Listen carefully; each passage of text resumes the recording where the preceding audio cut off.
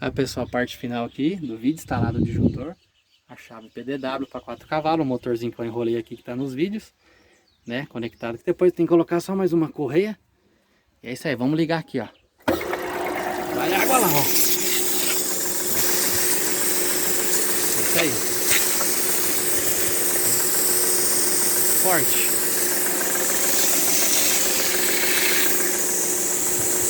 É isso aí, pessoal. Concluído aí.